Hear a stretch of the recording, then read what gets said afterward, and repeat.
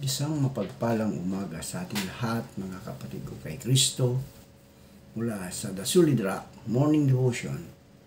Isang kagalakan na muli tayo ay makapagbulay-bulay sa salita ng Panginoon sa umagang ito. Mga ilang minutong pagbubulay-bulay ng mga salita ng Panginoon upang papurihan at sambahin ang ating Panginoong Hesukristo. Ating pagpapatuloy ang ating pinag-aralan kahapon ng umaga tungkol sa anong regalo ang maibibigay natin sa ating tagapagligtas. Ayon sa Lucas, Kapitulo 2, talatang 10 hanggang 11, ito ang sinasabi. Ngunit sinabi sa kanila ng anghel, "Huwag kang matakot. Ako'y may dalang magandang balita para sa inyo na magdudulot ng malaking kagalakan sa lahat ng tao. Sinilang sa inyo ngayon sa bayan ni David ang tagapagligtas, ang Kristong Panginoon." Karamihan sa mundo ay nagdiriwang ng Pasko, ngunit bilang mga Kristiyano at tagasunod ni Hesukristo, nakipagtipan tayo na lagi siyang alalahanin.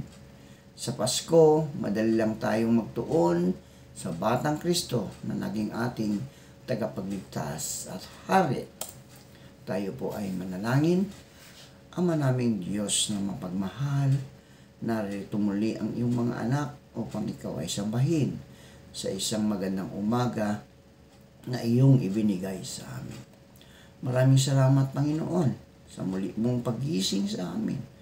At muli mo kami binigyan ng buhay at lakas upang kami ay patuloy na humarap sa hamon ng buhay dito sa mundong aming ginagalawan. Aming itinataas sa inyo ang mga kapatid namin na may mga karamdaman, O Diyos, na sila po iyong abutin at pagalingin upang sila, O Diyos, ay patuloy na makapaglingkod sa kanilang pamilya, Panginoon. Dalangin namin na ang pagpapala na ibuhos mo sa iyong mga anak sa araw na ito, ang pagpapalang kalakasan, pagpapalang espiritual at pagpapalang material. Salamat, Panginoon, sa patuloy mong pagbibigay sa amin ng pag-iingat, lalong-lalo sa araw na ito at sa mga sunod na mga araw. Patuloy mo po kaming gabayan hanggang kami, O Diyos, ay paglingkod sa iyo, Panginoon, at maibigay sa inyo ang nararapat, Panginoon, sa ganitong kapaskuhan. Maraming salamat po, Diyos, sa pangalan ni Jesus. Amen. Nagtuon tayo kay Hesukristo kapag nagagalak tayo sa kanyang pagsilang.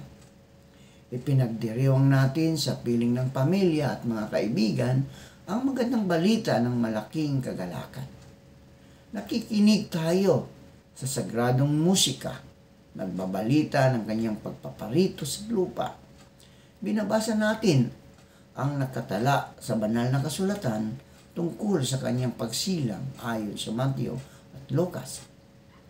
Pinatutuhanan natin na si Jesus ang ipinaprosiyang Emmanuel na isinilang ni Maria na binalot niya ng lampin at inihiga sa isang sapsaban sapagkat walang lugar para sa kanila sa bahay panuluyan. Nagtuon tayo kay Hesukristo kapag tinularan natin ang kanyang perpektong halimbawa.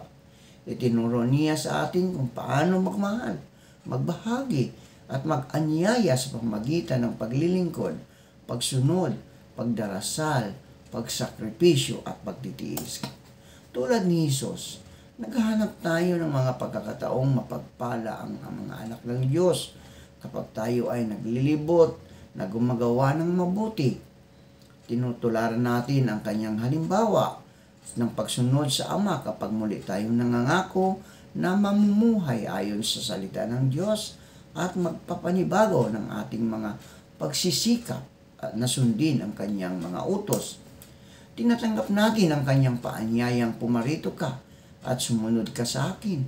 Inaanyayahan natin ang ating mga kapwa mamamayan sa mundo na pumarito at tingnan, pumarito at tumulong, pumarito at mapabilang kahit nahaharap tayo sa pag-uusig, tugso o pagdurusa. Tayo po'y manalangin. Salamat, Panginoon, sa panibagong araw at buhay. Inialay po namin sa inyo ang buong araw nito at ang aming pamilya. Gabayan at patnubayan niyo po kami sa araw nito at ilayo sa anumang kapahamakan. Amen at amen.